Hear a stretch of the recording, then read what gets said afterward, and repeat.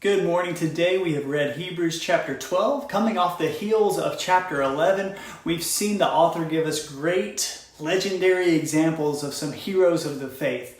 And even nowadays, we love to celebrate the legends who have come before us in all kinds of ways. In sports, we do this a lot. We love to remember and hold in high regard those whose accomplishments were great in previous years or generations. And many times at our stadiums or arenas, we'll see retired jersey numbers or names of famous players hanging in the rafters or listed along the walls of the stadium.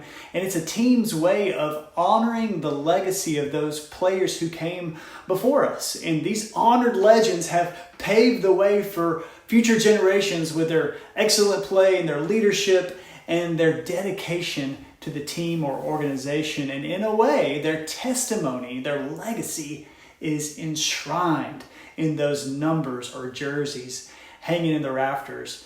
They are there as a reminder and a testimony to the current players and fans. It's a way to encourage them, the players specifically, to be their best, to sacrifice for the team and to aspire to greatness. And we see a similar thing at work in Hebrews 12. After hearing all about the heroes of the faith in chapter 11, their faith is celebrated and remembered there. The writer now in this chapter tells us how to respond to their testimony of faithfulness. With their their jerseys hanging in the rafters, so to speak, we too should aspire to their same great faith.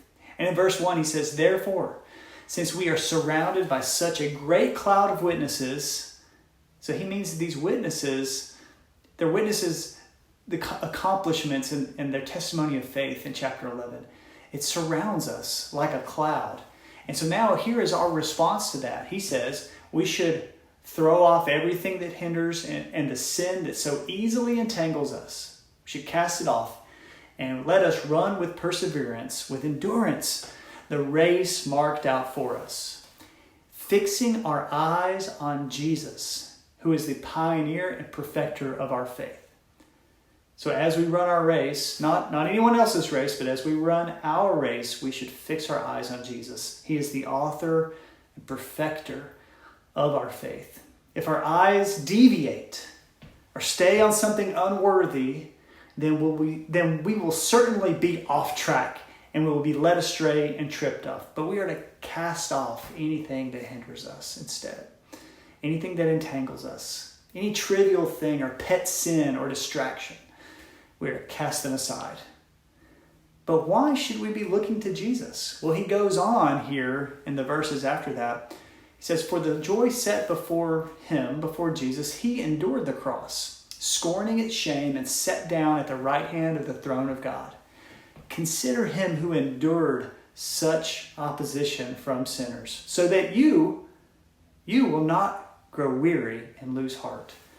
Jesus has finished the work, going all the way to the cross for us, and he is seated at the right hand of the throne of God. Now, the writer wants us to consider how he endured so much opposition, yet did not give up. And neither should we. The testimony, the witness of the Old Testament saints in chapter 11 are cheering us on. They are cheering us on in a way, as well as those who have come before us who have walked faithfully with God. Their testimony surrounds us, so we should persevere and finish well as we look to Jesus.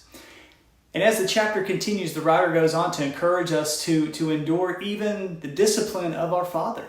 Discipline means our Father cares for us and loves us. It actually proves that we are legitimate children of him.